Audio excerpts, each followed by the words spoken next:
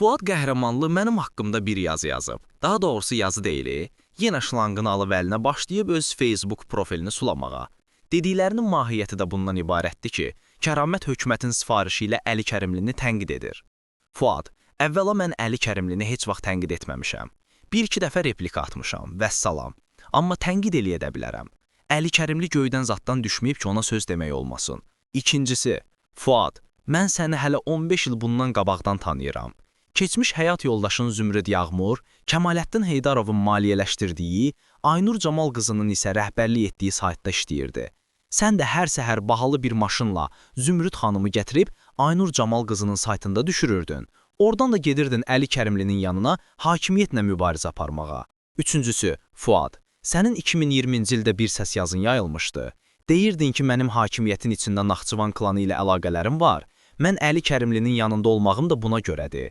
Əli Kərimli kimdir ki, son anda mən özüm gələcəm hakimiyyata. Məhz sənin kimi adamların bu cür danışıqlarına görə də axı cipini Ramiz Mehdiyevlə əlaqələndirirlər.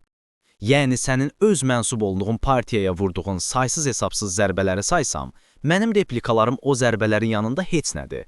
Dördüncüsü, Fuad, əgər AXCP-nin hakimiyyət perspektivi varsa, niyə Fransaya mühacirətə getmisən?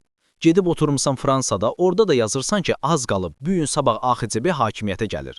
Cəmaatı şlanqına sarmısan. Beşincisi, əgər mən kiminsə sifarişi ilə Əli Kərimli haqda nəsə yazıramsa, o sifarişi mənə verən də peysərdir, yazan da peysərdir. Mənim haqqımda Kəramət sifariş də yazır deyənlər də peysərdir. İç zülmü ilə kitab sata-sata özümə balaca bir avtobus almışam.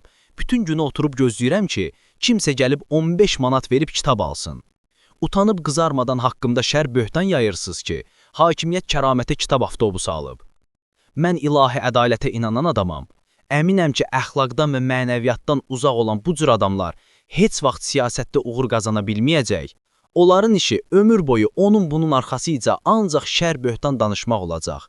Sayı 20-30 nəfəri keçməyən bir dəstə zombinin tökülüb ora-bura rəy yazmağı isə güc deyil, hakimiyyətin sizə verdiyi funksiyadır.